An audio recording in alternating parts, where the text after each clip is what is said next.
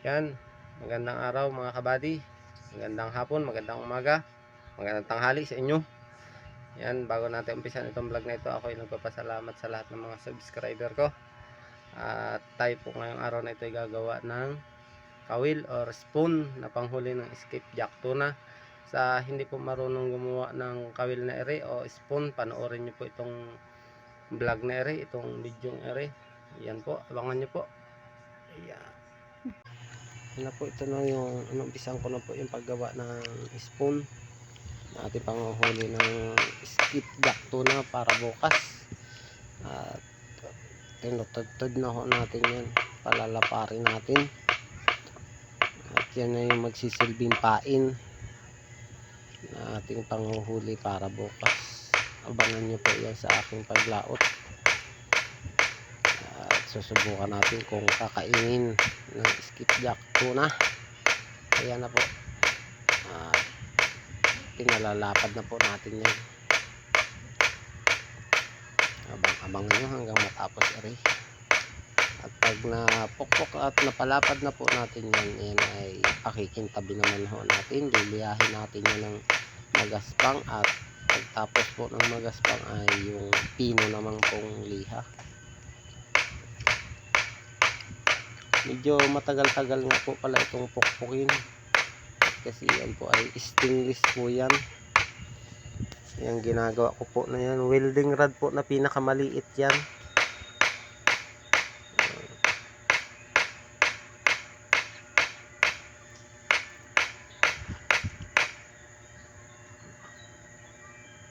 Medyo napatingin po tayo sa videographer po natin.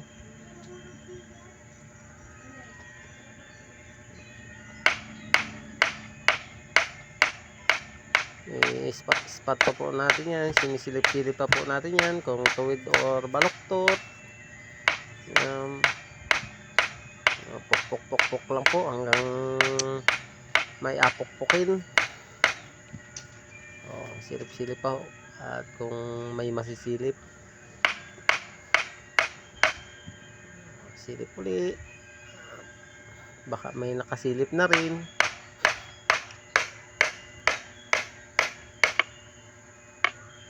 Malapit na po nang matapos yan ang ating ginagawa na yan. At kaunting oras na lang po yan ay matatapos na ho natin palaparin.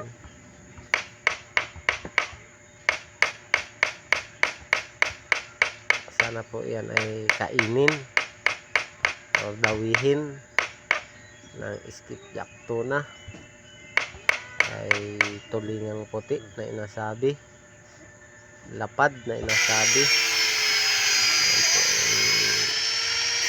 Kinakawilan na po natin siya, nilalagyan na po natin ng sima.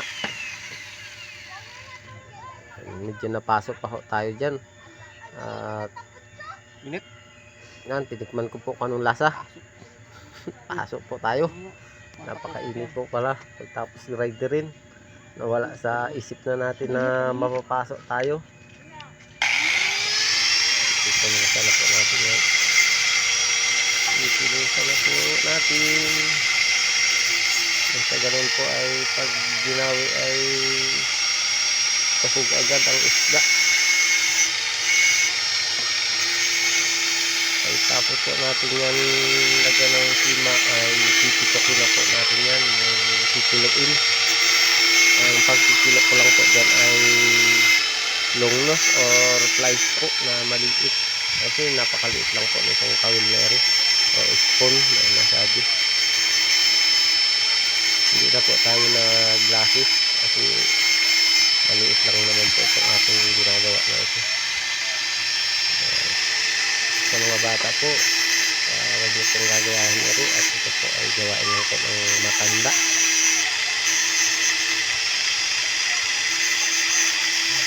Gagamitin po sa ating paglaot kan. Liliyahin na po natin yan. At pipiluin na natin para maging kawil na siya. Bang naman po.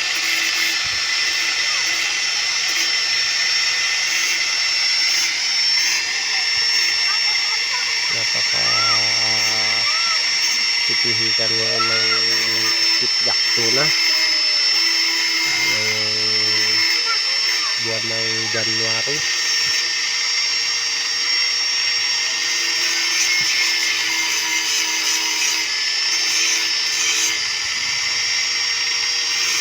Kailangan po kasi yan ay pantay, makinis, makintab.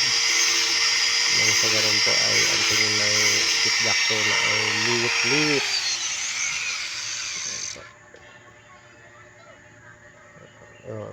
Matilos na siya.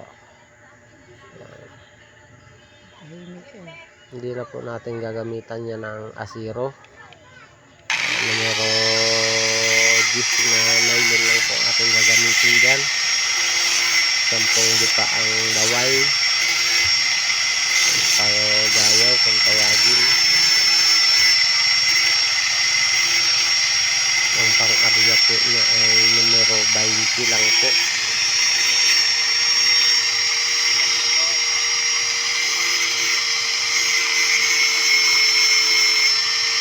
Abangan nyo po yan sa aking paglaot.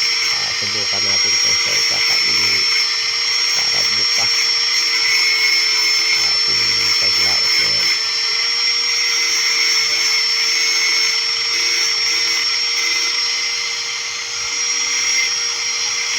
Medyo matagal-tagal din siyang gawin. Siguro may isang oras ko din kung ginagawa ito. Talagyan na po natin ng talian ng nylon. Kailangan po siya ay hindi matala para ang tangsi niya or nylon ay hindi malagot. Itinali natin. Yung iba kasi pong ginagawa ko ay di asiro, di butas po siya. Ito po ay maliit lamang, ay nylon lang po at nilalagay o tangsi. Rektahan po sa nylon yun. Yung ating gagamitin na yun. So hindi po pa nakakaalam ni rin gusto na ere, ganito lang po gumawa sa mga kapwa kung maglalaot.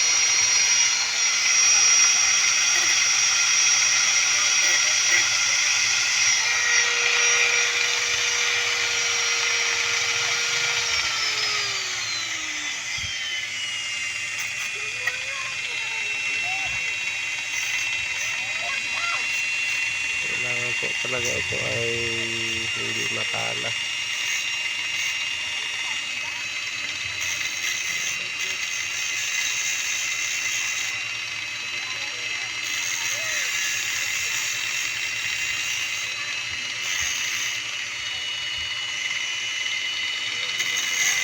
Ayan po ang kayarian ng spoon or spung. Ang tawag po talaga sa amin yan ay spung. Ay sa ibang lugar po ay spoon. Magkaiba po yun, spoon or spung.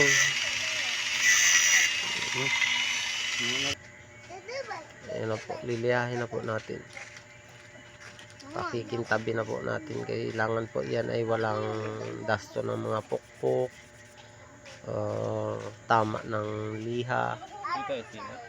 Dalawang klase po ng liha ang ating gagamitin dyan. Liha po yung sa una po ay yung lihang magaspang na numero 80. Tapos yung katapusan po ay numero 1000 na po. Ayan na po yung kayarian. Kaya hanggang dito na lang po yung aking video. Abangan nyo po rin sa para bukas sa aking paglaot. Ayan po. Yung pagtatalian ng nylon o tansi. Ayan. Yes. Kawil na po siya.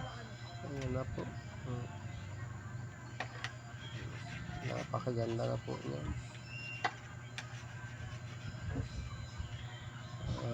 Yan ay titistingin natin sa araw kung magre-reflect na siya, kung gano'n na siya ka-kintab.